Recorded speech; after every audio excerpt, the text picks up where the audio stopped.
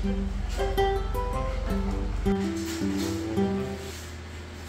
dahil catering is life, motherhood is lifer, and TikTok is lifest, gagawa tayo ng isa sa mga recipe namin na citrus chicken Cajun. Isa to sa mga bestseller namin sa Spanties, and this is so easy to make. And I would like to share the recipe para iba naman yung mga roasted chicken ninyo. So first, kailangan natin ng pwedeng isang manok lang or dalawa, orange, and then tatanggalin natin yung balat. Kasi kailangan natin to for the zest.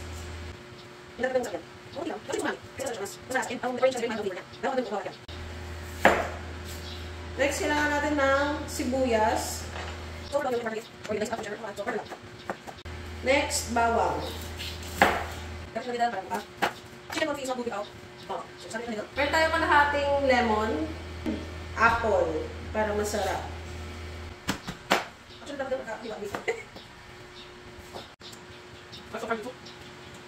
Actually, dapat may celery para meron kang mirkwa. Mirkwa is celery and onion, tapos thyme. Pero, wala tayo dun eh. Pecha de peligro. Gusto mo mano-mano, pwede kang gumamit ng cumin, cinnamon, cardamom, cloves, oregano. Pwede kang gumamit ng mga ganong spices. Pwede kung tamad tayo at ganun din naman ang lasa niya, gumamit lang tayo ng 3 minutes na chili con carne. Yung chicken, pwedeng buo siya para mas juicy. Pwedeng cut-ups, or yung gagawin ko, iba-butterfly ko siya. So, ang pag-butterfly, start removing the ribs. Yun. So, hiwain nyo siya sa puwet. Ito yung puwet, yung pagitan ng puwet at ng ribs. Kaya dulas lang yung kutsilyo nyo. Hindi kayo hirap na hirap. So, cut sa joint ng ribs. Yun. Pag nahiwa nyo na, sama nyo na tanggalin yung leeg. Because the leg is, I don't know, I don't like eating neck, chicken neck. There's a lot of nodes. So, basta hindi ko siya bet. Press on the chicken.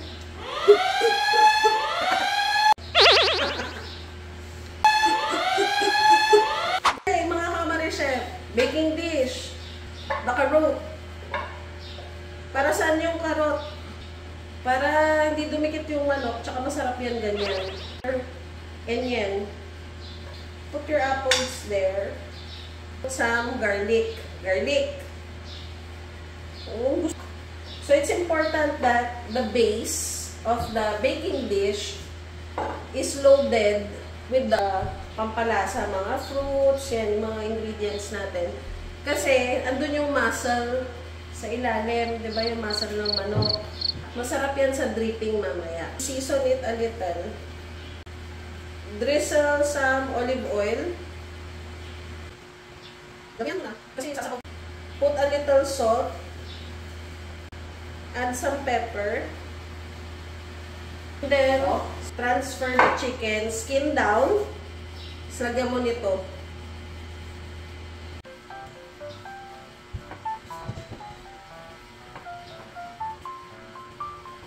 And then, baligtad mo na yung baby mo.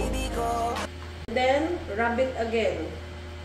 You marinate this for about an hour. Actually, sa chicken, 20 minutes lang talaga dapat. Mas maganda siyang isang oras para pasok na pasok yung lasa. Squeeze some oranges. Lemon, do the same thing.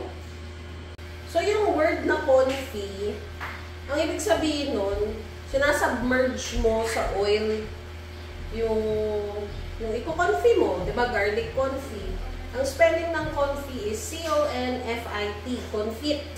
Tapos pag binake mo siya, slowly deep fries sa oven. Kasi di ba oven pantay yung init niya. So, ganun yung gagawin natin. Pero, hindi talaga natin itutusmog or ilulubog. Kunti lang, ma-oil lang siya. Tapos may oil din kasi ang chicken. So, ending, mamantika siya. So, mahal kasi olive oil. Yun yung totoo doon. Kaya konti lang. Konti-kontihan lang. Eh, nakalimutan ko maglalagay pala tayo ng Worcestershire. So if you have fresh herbs, especially thyme or rosemary, ilagay mo na. So ako, ito lang. Dried lang ang meron ako. It looks like, let's just wrap it muna in saran wrap. So let this marinate for 1 hour or wag naman overnight. Basta matagal-tagal para lumasa siya. Okay. 1 hour is up. We're going to bake this na. Preheat mo muna yung oven mo bago mo ipasok yung i-bake mo. I already preheated it. Tapos, i-bake lang natin siya for 1 hour at 180 degrees Celsius or yung katamtamang heat lang, medium heat. Yun lang. Ayan, so binabaste lang natin siya para yung mga dripping mag-sip through yung lasa niya. Pero actually, ito maganda na to eh. Oh. It's so yellow. Yellow-orange. Yeah.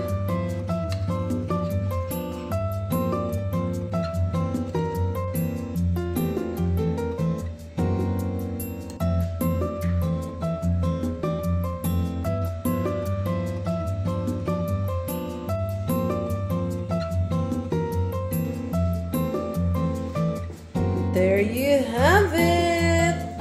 Chicken confit, my friend. Sarap! Oh, that's really juicy.